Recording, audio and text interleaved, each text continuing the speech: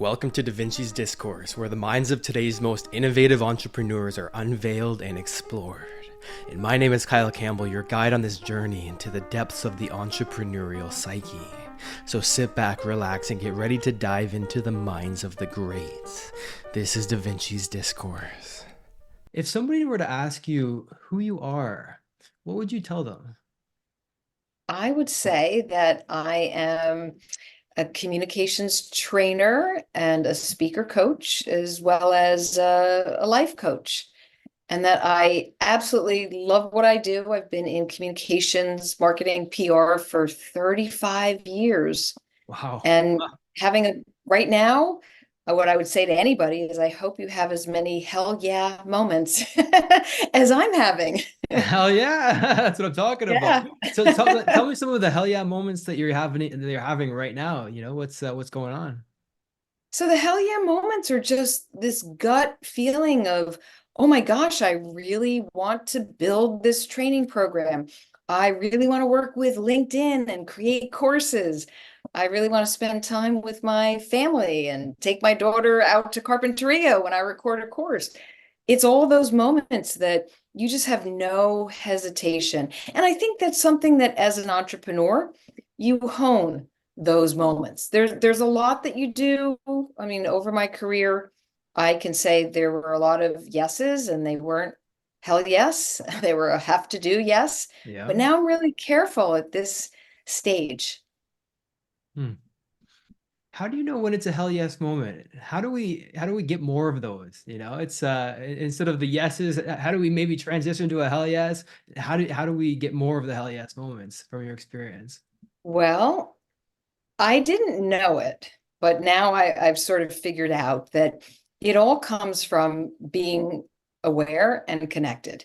So when I think about the mind, if, if you think about what is your mind, most people will say, oh, that's your brain. But I think, and I'm sure there's others that agree, the mind is your brain, your heart, and your gut. And that's all connected.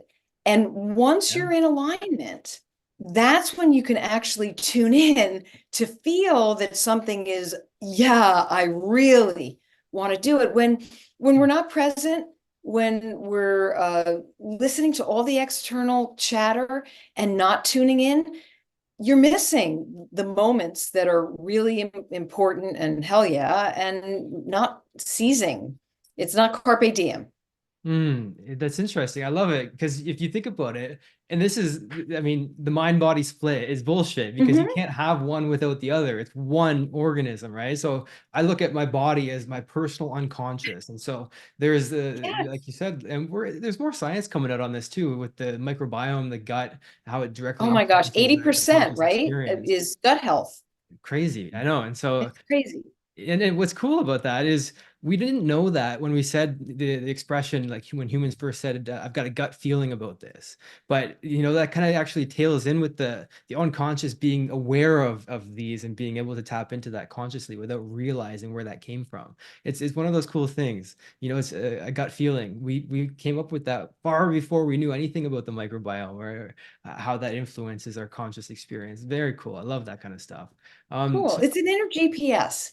So yeah. if you are completely tuned in, and I do a lot of work with executives on getting self-aware, in tune, aligning your, I mean, this is more when they're speaking. It's vocal alignment, it's verbal alignment, it's nonverbal body language and nonverbal cues. When all of that comes together, you're at your very best. And whether I'm teaching it as a speaker coach or you're tuning into yourself and feeling aligned, I think the best decisions, the inner GPS is working, and you can connect with people and really make a difference. And connect with yourself, right? Which allows you to Yes, connect with other people because you that's can't have right. one without the other. And so it comes down to awareness. Hmm. For example, you could have a hell yes moment without realizing or being aware or acknowledging that because you're not tuned in, you're not in communication with your body and what's going on. It's easy to become unconscious of that and to not absorb the moment when it happens. So the question That's becomes, right. how do you become aligned? How do you like, so let's say that you were teaching me to be you for a day, you're going up to speak. How do I, so, let's step into this role. You're teaching me to be able to do what you do, so to be you for a day. How do I align myself so that way I'll be able to go out there and have an optimal presentation? The first thing I would do is give you a breathing test. I Ah, would want to interesting. know if you're breathing properly. I think we take breathing for granted in the Yeah. sense that we do it every day. We speak about it less, but yet we make sure we have enough water, right? Hydrate, hydrate, hydrate, which is Yeah. also very important when you're speaking. And we have food and we're eating properly, but I shouldn't say nobody. There are plenty of folks like me out there who are saying your breathing is what's getting the oxygen to major organs, including your brain. And when your brain has enough oxygen, you're thinking clearly. So I would ask you to put your hand on your chest and your hand on your stomach, and we would breathe together for 30 seconds. That's all it takes. And I would ask you at the end of the test, what hand moved more? And depending on Interesting. what you said, Mm, I would be able to know if you're breathing properly. The trick, the goal is to always be breathing from the diaphragm. yeah, Because when yeah. you breathe from the diaphragm, if you think about it, that's maximum oxygen for the organs and your brain. But if you're excited or you get nervous, you're stepping out on stage in front of 500 people. And if you're breathing in your diaphragm, your breath might go up into your chest and you still have air to speak. But if you're breathing in your chest and you get nervous, guess what happens? Your breathing goes into your throat. And that's why it's hard Ah, to get the mm, words out. So breathing is the most fundamental part of being a good speaker and interesting. being aligned. And being aligned, yeah, right. I love how you went with the Yes. physiological aspect before we went to the psychological, because like we were talking about, it's one and the same. And it's interesting to have those aligned. One issue that I have with breathing is I'll breathe from my diaphragm a lot, and I found Mhm. that, um, let's say that I watched a Wim Hof video and I was expanding my diaphragm when I'm breathing. I realized after a while of doing it that I wasn't breathing using my whole three-dimensional space within the lungs. It was more so I was putting my pushing my belly out and back in, but I realized that there's a whole back Oh. part of the lungs that I can tap into too. And there's 8 directions that you can fill it up from all angles. And it's difficult for me though because I do this, yet and this takes a lot of practice, I bet, but when I breathe in, my shoulders Mhm. rise a little bit. And when my shoulders rise, it kind of signals to my body that there's some sort of tension, that there's, Oh, like even the I mean, your shoulders go up, you're protecting your neck. There's some kind of threat around. And right. And so yeah. So unconsciously, you're body telling your body language. there's something going on. So how do you breathe so that your shoulders can be relaxed while still tapping into the diaphragmatic breathing? So we have to remember number one, shoulders back opens up the chest so Yeah. that you can breathe properly. If you are pushing your shoulders back when you're breathing, and when you were referring to all the different ways that you can pull air in, I think that's chamber breathing. And it does take practice to fill up the diaphragm, take a second, and then start to fill up the chest cavity. But the whole time, when we breathe, we have to practice our posture. And if you're practicing your posture along with that kind of breathing, you might not feel as if your shoulders are coming up, because that is true what you said in body language. And it's never one part of the body that will ever say, oh, he's being deceitful or not confident. Bodies move, it's in clusters. When you see a cluster of shoulders are up, chin is down, eyes are barring, the voice sounds shaky, you know something's going on. But that shoulder creeping up and the chin going down is a sign of lack of confidence. So you want to tamp that down and get that straightened out and work on the posture with your breathing as well. That's what I would say. I That's love my it. I opinion. mean, yeah, damn right. It sounds logical to me. How do you start to be able to shift the habit? Because we're habitually in this zone of breathing from the chest. Right. We're not taught this as a kid, especially using the computer a lot. Like you're slouched over. So how do you start to develop the habit of shifting so that you can get that to be a norm? That is not easy. When you want to start a new habit, you could try pairing it around something that you always do. So, for example, sometimes I dock my phone on my dresser. And because I know that sometimes when I walk by, I'm going to look at my phone, I put a glass of water there. So what do? I stop at my phone, I drink my water. So you think about ways that you know you're going to do something. How do I do it? And then automatically tune into my breathing. I love it. And my tuning in to breathing at any point of the day, I will feel the air coming in through my nose. And the minute I feel the air coming in from my nose, I begin to control my breathing. When I begin to control it, I can get it down into my diaphragm. I can practice controlled breathing, practice my posture, and it all comes together. And if you do that enough, it's muscle memory. Mm. It's hard, man. I've been trying it for It's hard. years, and It I is still find hard. myself. You know what? I have made a lot of progress. For example, when I'm doing the podcast, I do breathe from my diaphragm. The problem Good. is because of the way I sit in my computer chair. I don't know what it is, but I don't have the full expansion. I guess because you know what it is when I'm full up like this, I'm not as relaxed. So I like to kind of slouch back and Right. have a relaxed conversation, and like I was at a pub with somebody or whatever. And so you know, there's too much prim and proper, then I kind of lose the you know the personality that goes along with the relaxing to it. So you know, Right. and it's all one we're talking with, so that's cool too. Yes. It's hard to have that habit. I love what you said about the linking.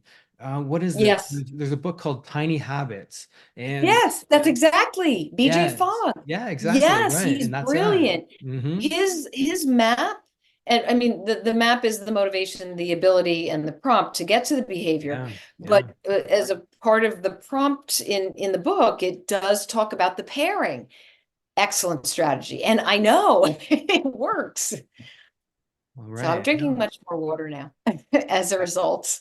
Love it. I love it too. I mean, I use it with, for example, when I brush my teeth, I'll stretch my body. And so just became a habit. When I brush my teeth, I do Yeah, stretching. Now I don't even think about it. It just happens automatically, which is, it's so cool that's because, you know, it's one of excellent. those times like, you know, optimize something that you would otherwise have wasted time. You know, it's such an American Yeah, thing to say, optimize, optimize, optimize. The Europeans would laugh at us. But right. right. And so let's move on to the next step. So we've got the breathing. Let's say that that's taking it. We're doing our best to kind of optimize that, breathe from the Mhm. diaphragm. What's the next step in terms of getting that alignment achieved? So there's a few things to think about when it comes to alignment. I like to look at what is going to throw off my alignment, and Hmm. usually, or somebody else's alignment. Fluency, cognitive performance. Whenever we are put on the spot, even if you're aligned, you have this moment of, oh, it's me, go. I call it the go moment. So I do a lot of practice exercises so that my executives get used to being on camera is a go moment where they are practicing. I'll say, you have 45 seconds, give me your introduction, go. And the more you do that, it gets your brain used to being on the spot. And Hmm. one of the things, I don't know if you've ever noticed this, but you know something really well, and you go into a meeting and somebody asks you, oh, can you share? They put you on the spot and you didn't know it Mm-hmm. was coming. All of a sudden you're answering, but it's not exactly how you want to. And you walk out and you're like, why did I say that? I knew the answer. I have this down pat. It's because of that moment where your brain goes into a tiny little scramble. And Hmm. it's whenever we uh, get a little stressed or anxious, and the more anxious and the more stress and the overwhelm, we start slipping back into our limbic system. So practicing staying in the front of your brain, your prefrontal cortex, and there's lots of ways to do that, is a way to keep the breathing and the alignment going. I love it. You can set up triggers to it too. For example, before Tony Robbins goes on stage, he does the same movement, which puts him into that flow state right away because of the, Yes. you know, he's programmed it. If he does this, this happens, you know, so it's got the pairing again. And you can do that to exactly what you're talking about. Be ready to be on the, you know, what is it? It's conditioning. It's if, Mhm. for example, Classical if condition. right, exactly. If let's say a horse is afraid of loud noises, if you tie it up to a next to a highway, by before you know it, the horse is acclimated to the loud noises, and there's no problem. And so the same thing happens with humans. And so you're saying by habitually putting yourself into that stressful moment, you'll be able to handle it better. And Yes, how do you go you get about used to it. really, right, exactly. So how do you really start to habituate that so that when you are put into a stressful moment, it's the opposite that takes place, where instead of the lion in the corner reaction, there is the calm and cool and collected reaction. How do you make it so that that happens automatically? So it is the practice. The more that you do something. So think about the child learning to ride the bike, falling off the bike, being scared, having mom, and I could say this, run behind you. There's the training wheels. But the more you practice, it just comes. And then you can stop and get back on and do it again.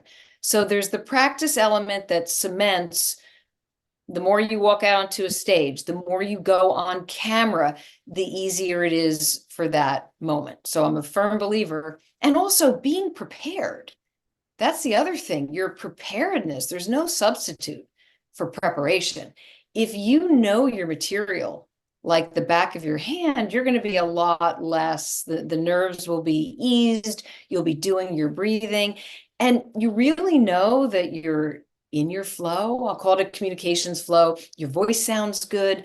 Your words are coming to you the way you want to share them. But most of all, your body is showing that it's in agreement with what you're saying. And that's how you know when it all comes together. When your body's, yeah, because then you've got the union between the two. You're optimizing both of them together, and you're in that flow state. It's interesting. What are some But things there's that we all can do kinds of aside ways. from? There's Go ahead, go Oh, ahead. I was going to say there's mindfulness practice, meditation. I Yeah. meditate every single day for it could be 15 minutes, it could be up to 30 minutes. That really helps set my intentions for the day. You could be doing visualization, self-hypnosis. There's lots of different ways so that you can get into this state of no matter where I go, no matter what I do, I've got this. Self-hypnosis. Tell me a little bit about that. Yes. Fascinating. So self-hypnosis is a way that you can condition yourself. Think of classical conditioning. So do you remember Pavlov with the dogs? The Does Pavlov studies ring a bell? where, Does yes, the name Pavlov ring a ring bell? a Yeah, it bell. does. Exactly. So with that kind of study, it's a series of actions that lead to a specific outcome. Eventually, you truncate to a place where you're doing one or two things and you still get the outcome. That's how you're hypnotizing, I'm putting, in the quotes, yourself to get to an outcome. So for example, I work on this exercise where it's you're doing the belly breathing. So it's breathing in the diaphragm, the pressure of your fingers together, a series of steps where you hold your breath and count down. By the time you part your fingers and say, I am calm, you get this rush of Mm, calm over you. You mm, practice the entire exercise and then you start cutting it back. You don't have to breathe as long. You maybe don't have to count down for as many numbers. You walk into a meeting, your eyes are open, you breathe a little from your diaphragm, you put your hands together, you part them, and you still get that feeling of whoosh, I feel really calm. I'm aligned. mm. And you can set So up you're external hypnotizing triggers. yourself through the action over and Yeah. over again so you can truncate to get to the same impact. Yeah, Positive impact. I call it anchoring. For example, you could have a special pen that you use when you want to write creatively, and you don't touch that pen until you want to be creative. And then as soon as you touch it, it allows you to be into that creative state. You can set up Magic. all kinds of things, right? The same thing, like if Yes. you rub my hands together like this, you feel the friction, and that can put you into a different state as opposed to what you were just in. All kinds of things, and the way you do that is correct me if I'm wrong with the classical conditioning. You do X and then you do that motion, and then you do that enough times and then they're linked. So that way you can do the second and then it'll trigger the first. And that's fascinating. Exactly. It is self-hypnosis because what comes to mind as an example of that is if you're at let's say a coffee shop drinking coffee with somebody. If you drink your coffee every time that they have a sip, sip, sip, sip, and then all of a sudden you can start to lead. So it goes from them leading and you following to then you can make that shift, and then you drink the coffee, and then you'll notice that they unconsciously drink their coffee too, just because there's that. That's a lot of mirroring too. Right, exactly. And that, so that's it's all tied together. It's fascinating stuff. So where do you think the best place to go from here is? You've got the alignment, we got the physiological alignment that we're trying to bring into any situation, and we've got triggers and habits that we can utilize to be able to get there. What are some other ways that you help people be able to step into that moment So I confident? think it's working a lot on the body language as Mm, well. mm, And there's a lot going on in the face with micro expressions. Your brain is basically leaking how you feel at any time, no leaking. matter how you Interesting. show up and speak. So we do a lot of work where, yes, you have your talking points, and yes, we dive into vocal pitch and tone, but the most important is how it's all coming out, and signs to recognize, to know when I'm in my communications flow, because my hands are being used as illustrators, and when my hand moves, I'm punctuating something really important or I'm emphasizing, all the way to how I'm, what my head is doing, where my chin is positioned, what my eyes do. And then it's all the ways that the body can be a disservice. And when you're nervous, and understanding where the stress leaks out the most. Executives need to understand that they should baseline. It's important to know how you show up. So I do my first session is always a baseline. And I analyze, I ask, we have a conversation on video, and then I go and I blow up the video. And under Hmm. those circumstances, I can go back and say, this was your pitch, your cadence, your speed, your tone. I dive into your verbal fluency, power of the pause. How many annoying filler words do you say? Yeah. Yeah, like, so go listen to interviews out there on any major cable station or news network. The language is riddled with annoying filler words. So you need to rid those. And then I go over, what are your eyes doing? Your eyes access in all different ways. And it tells a story, how your eyes access, what your head does, the way you punctuate, your shoulders, your hands, right down to your feet, if I can see them. Because believe it or not, your feet tell you the most. They're farthest from the brain and you can't control them. So you can always tell by somebody's feet how they're feeling. Mm. It's so cool. I mean, even the way we access, the way you talked about that, it's so cool. Because for me, for example, it's always the top right if I'm creating something, and then I'll have a reservoir of questions that pop up around here when I'm listening to you, for example. Question will pop up, and I put it in the bank, and so I can stack up a few questions. And then if I'm trying to recall a question, you'll actually see me look at that spot to grab a question that I had just put there to be able to So refer to that. So, what do you think of that? that is exactly speaking to eye accessing. When you put something, okay, when you're looking down, let's say down left is rote memory. You've memorized something and you're having an internal conversation with yourself. Oh, I remember this. How do I say it? Down right is more of an emotional internal conversation, and then you speak. When you look upright, that's emotional recall. And when you look up, it's non-emotional recall. So it's just something that happened, fact, figure, story, stat.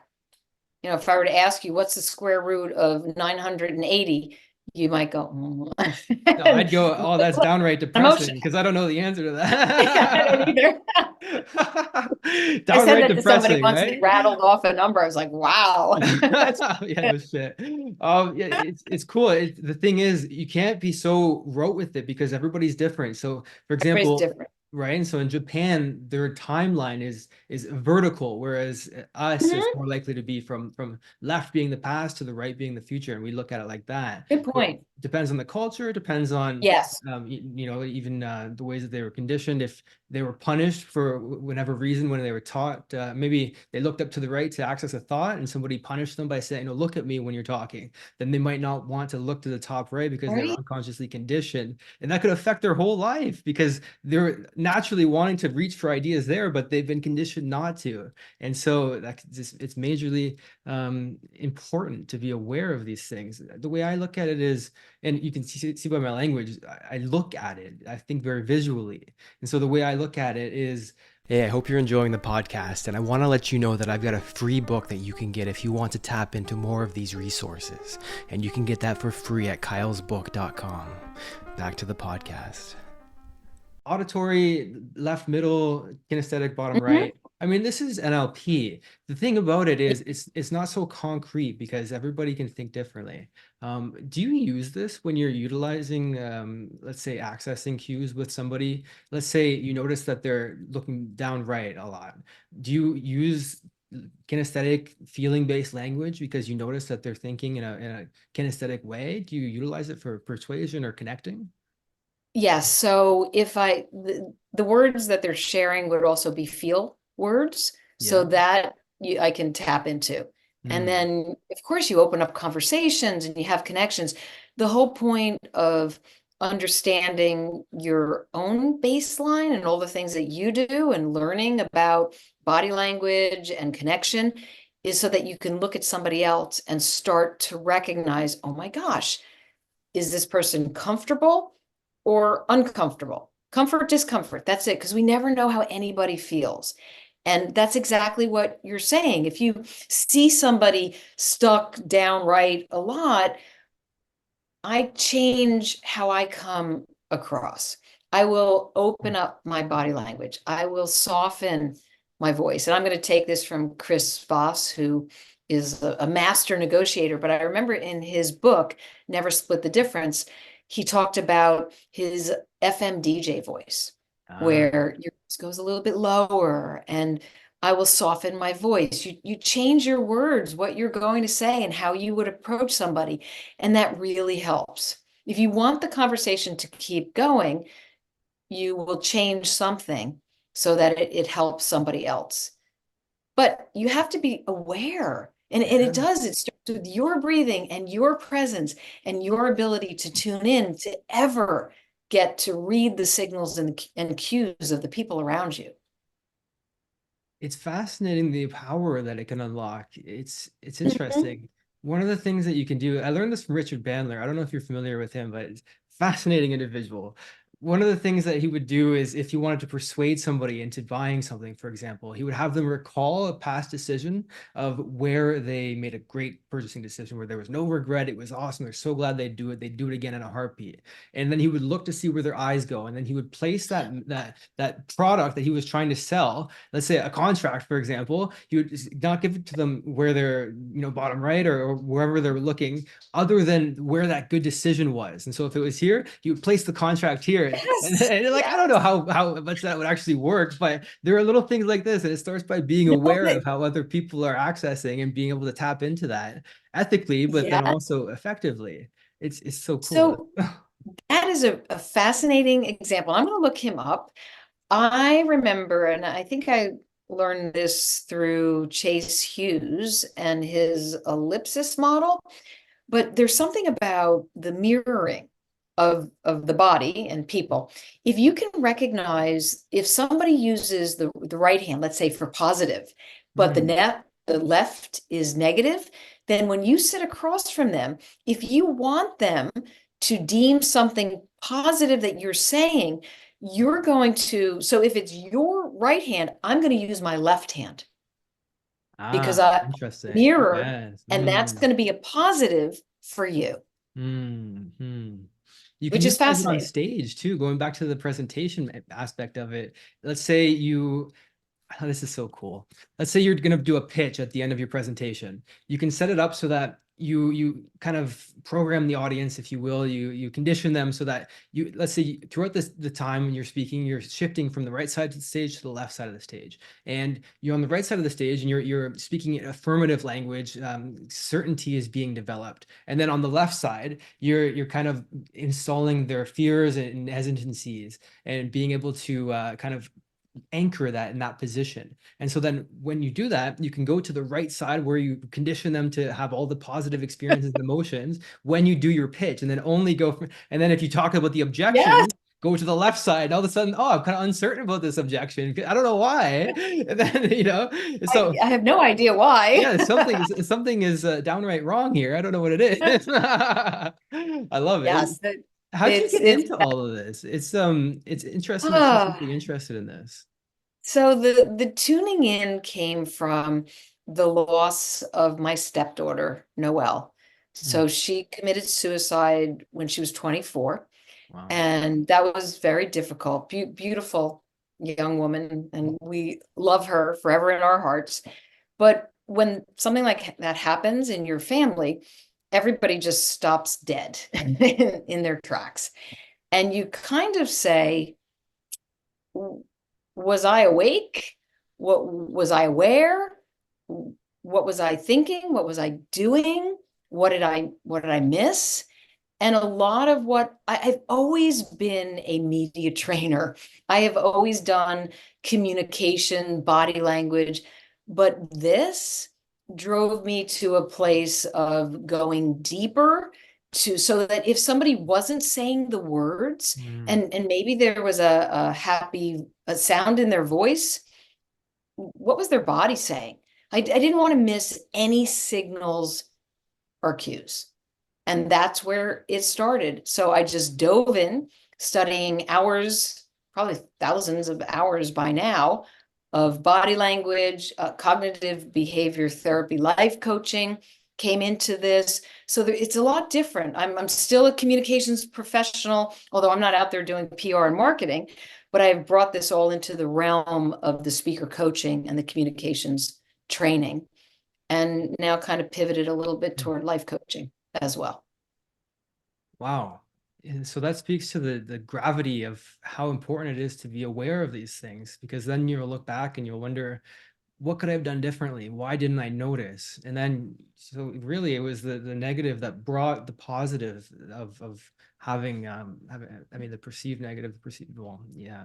So let's get into And life the coaching. positive, there, Yeah. there is a positive because my husband and I, we now write children's books in Noelle's honor and Mm, memory. mm. She loved story time when she was little. So there's I'm books curious about behind those me. books back there. Yeah, I saw that. Yeah, children's books. And all of the proceeds from those books go to a fund at her undergraduate college so that psychology students can further their research in psychology. And that is something that makes us feel good. And we know that she's looking down and smiling and loving. We feel her energy around it. And we're helping those students in a way that they're going to do something great in this world. And Beautiful. and that makes us happy. Wow. I love when there's a real emotional experience tied to a charity that you're a part of, instead of just what somebody else said that you should be interested in. When there is Right. a real passion behind what you're doing, it adds a layer of complexity, a layer of importance to it in a way that you can tap into something. If you didn't have that, then you wouldn't be able to tap into it. Very, very Right. cool. And you want Very. to know the name of the award? We absolutely love this.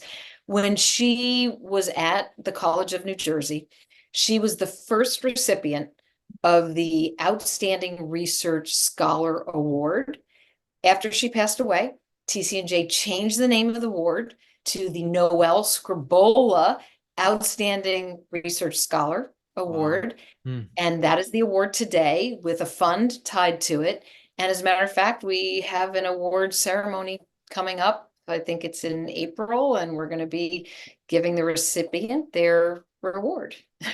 Beautiful. Award. How do we So contribute to that if somebody was watching and wanted to be a part of it? that is so nice. Thank you. Well, we have a website you can go to, A Whisper from Noel. Hmm. And also, if you purchase any book from A Whisper from Noel, that's the name of the first book we wrote. Grandpa, don't worry. Daddy, are you listening? Grandma, you give me courage. If you purchase a book off of Amazon or Barnes and Noble or wherever you purchase it, that goes to those students. Awesome. Wow.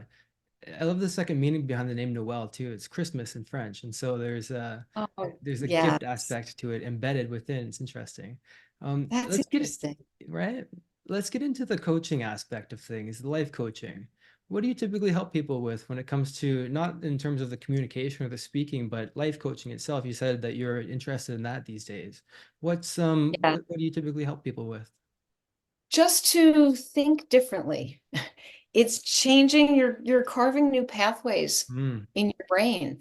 So sometimes we whether we're developing a habit or we're fearful, getting rid of the negative self-talk, that's a lot of it. And whether it doesn't matter what industry you're in or your gender, we all have something that we're trying to look at differently so that we can feel better, move forward, have confidence. So I have different types of clients, and it's always based on an aspiration that they want to get to, that they've really had trouble with, or something they completely want to get rid of in their life. what's the typical problem that you find, let's say, an entrepreneurial individual would face? And we can kind of go through just the most common one that you find people struggle with. Well, I think one of them is the imposter syndrome. Yeah, yeah, There's quite definitely. a few entrepreneurs, brilliant entrepreneurs who, no matter how much they do, they feel like they're a fraud. And that is something that you can overcome by looking at, you go through certain situations and you come out of it and you think, I didn't do that right, or everybody's gonna, it was laughing at me. It all starts from the way you look at the situation and where the beliefs come Ah, from. interesting. Not when something happens, and this is regardless of the uh the imposter syndrome, it's anything. It's that sometimes a situation happens and you find yourself getting upset. It's yes, it's that situation, but it goes back in time. You have to go back and back and back and back to understand, where does this come from? Where did this start? How is that belief shaped? And is it an opinion or is it fact? Mm, Just because parents and yeah. school teachers and community members say something, that doesn't mean it's a fact. And there's a lot of unraveling, not to stay stuck in any realm whatsoever, but to move forward. So the new thoughts that you structure Mm. play out in your behaviors and your outcomes. You mentioned that you leverage cognitive behavioral therapy with your coaching. And that's obviously tying directly into this. How would we go about analyzing our beliefs that are causing subpar effects at the end of the day?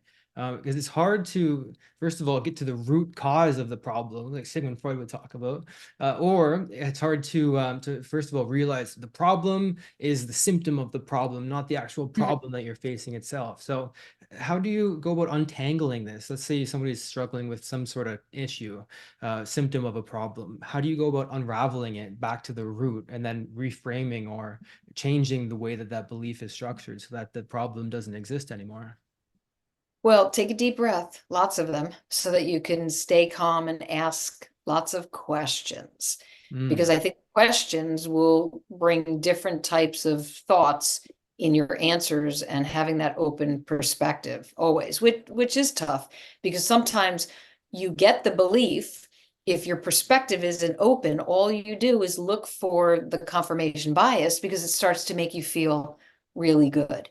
So that is something that those knee-jerk reactions we have to cut back on so that we can start to unravel, ask questions, and it depends. So if it's something that's in the present that you can actually ask someone, if you're having a difficulty, if it's someone in your family and it's a belief that they're giving you, what makes you say that? How did you come to that? Where did you find that information? You can unravel that way. You can unravel in your past by saying, well, my parents said this, but what was their situation? mhm. Why would they say that? Where were they working? How did were they, what was their upbringing? Where'd that belief Where, come from with them? Exactly, right? And is that yes, really true? How do you know when to think this way? And that, so you can untangle it in that way. You really examine the belief structure that's pushing this idea. And a lot of the time, I call it a poof moment. You get to you ask enough questions, and the problem, quote unquote, it goes poof, and all of a sudden, the struggle, the effect to this cause goes away, the perceived negative effect, because the cause is different. So you change the way you view the original experience. Let's say that when you were 5 years old, somebody said that you were bad at math or not creative, or some belief was right. instilled in you, right? And that affects you in all kinds of ways that you have no Oh my idea of to gosh. this day. You get back to that belief and you realize, wait a second, the person, look at them today. They still don't have enough insight or knowledge to be able to have that diagnosis, never mind that back then. And so is that really true? And then look at all the ways that this has affected me. It's kind of silly, That I that can give a caused personal that. example. Please. I, somewhere along the line when I was growing up and I was little, I didn't think I was good at math. I didn't. And then as a grown-up me, I owned an agency for a while. Whenever my partners, when if it was a financial institution, I wouldn't touch it because I felt like, oh, well, I'm not good at finance. I'm not going to do this. And then I got to a point where I wanted to get my MBA. And as a part of your MBA, you have to take the statistical analysis. There's accounting end users approach. You have to have calculus. I got A's. Hmm. And it was like, I don't remember how old I was, but I definitely was probably in my early 30s when I got my MBA. And I thought to myself, where did I pick that up? Because for the longest time, I wouldn't touch anything that was math or finance related. So you can tap into something like that. You look at any area in your life where you're struggling and you say, or maybe you have a belief you can't do that. Then you take a step back and you say, well, how do I know that I can't do that?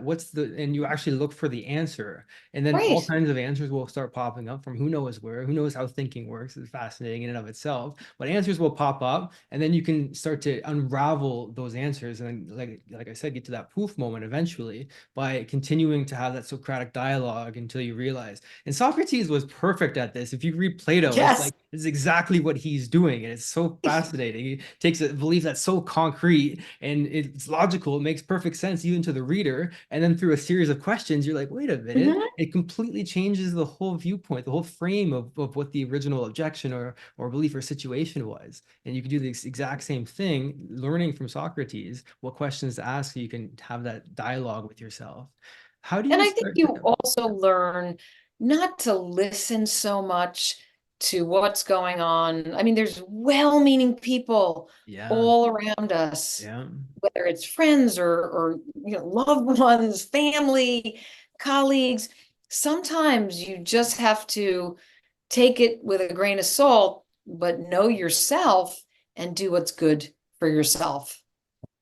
It's hard because, especially like me, for example, I I was raised to believe that I needed external validation, so I didn't develop this internal, because I had an interesting childhood, so there was a lot of making sure that everything around me was okay, otherwise bad things could happen. So there was a lot of analysis that always had to take place. So it was always examining how other people are Mm. reacting to me, and that resulted in a lack of a barometer internally of how I feel about what I'm doing. Right. Because I had to be like, okay, is that okay with them? And with some people that I grew up with, it was very sporadic. You didn't know if they were going to react one way one day or completely another way another day. So it was interesting to be able to look Yes. outside, which is necessary. And I've used that, in terms of awareness with some of the things that we've talked about here. But I still need, and people still need that internal barometer to have that Oh my ability to God. judge things yourself as opposed to needing external validation. Yeah, it's The tricky stuff. most important, I can't impress this upon anyone enough, is that you have to be aware of how you feel.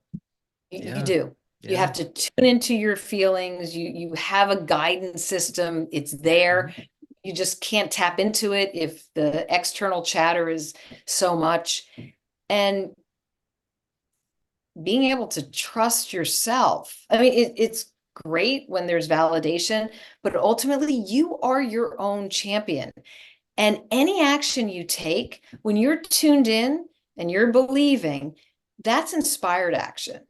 And inspired action will take you so much farther than any validation externally will give you or take you. How do you know when you're acting on inspired action as opposed to, and this takes real self-awareness. How do you know when you're acting on that inspired action as opposed to some external or whatever it might be that's not driving it like inspired action would? How do you make that shift?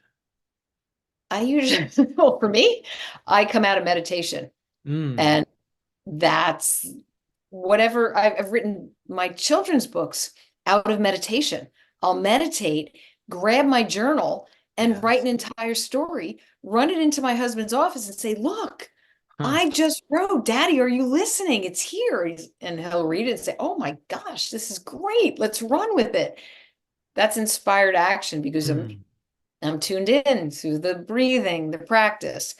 But there are moments, quiet moments when you sit with yourself, things just come to you.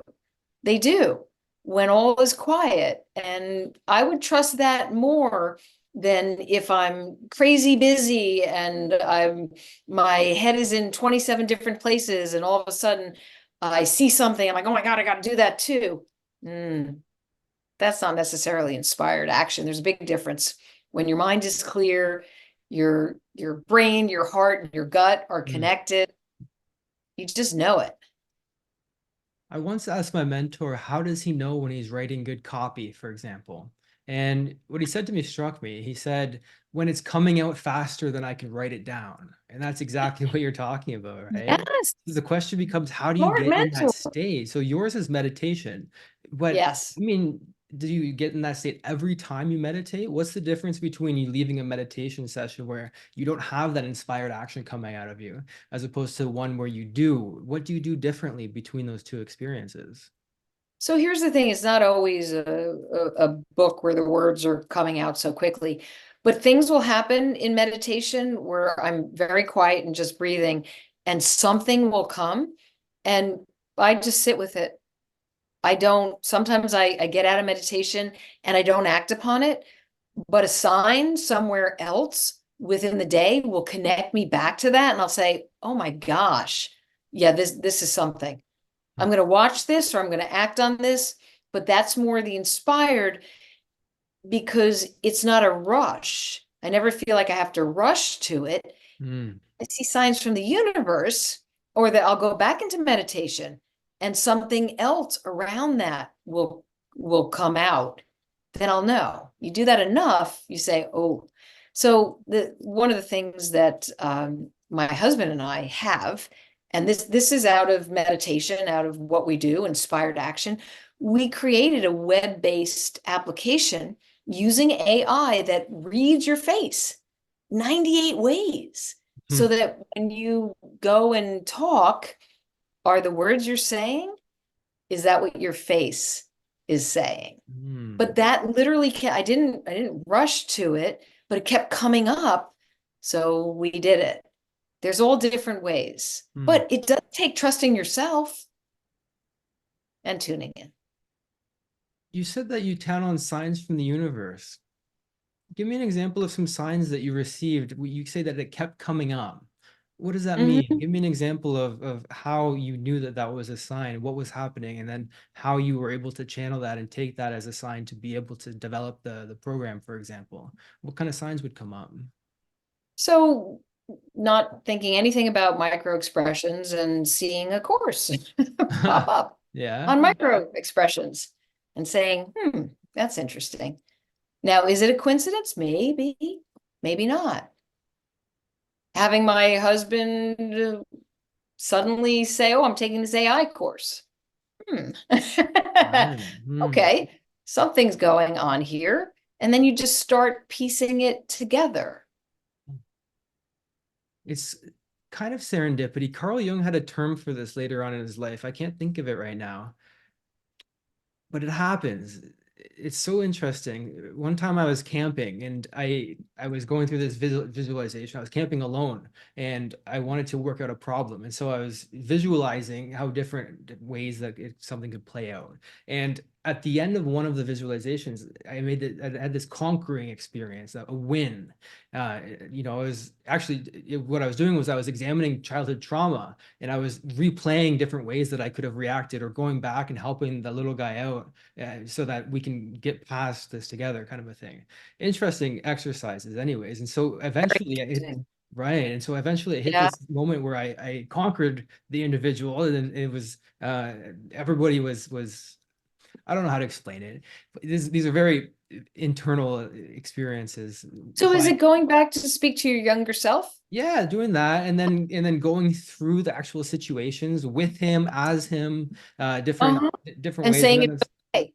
yeah, And and then but helping him in that experience. It's not your fault. Look at the people that are around you. exactly. Maybe they're not as competent as you believed that they were. That kind of a thing. And as I had this conquering experience where there was this, like a holding up a trophy, real experience of winning at the end of it.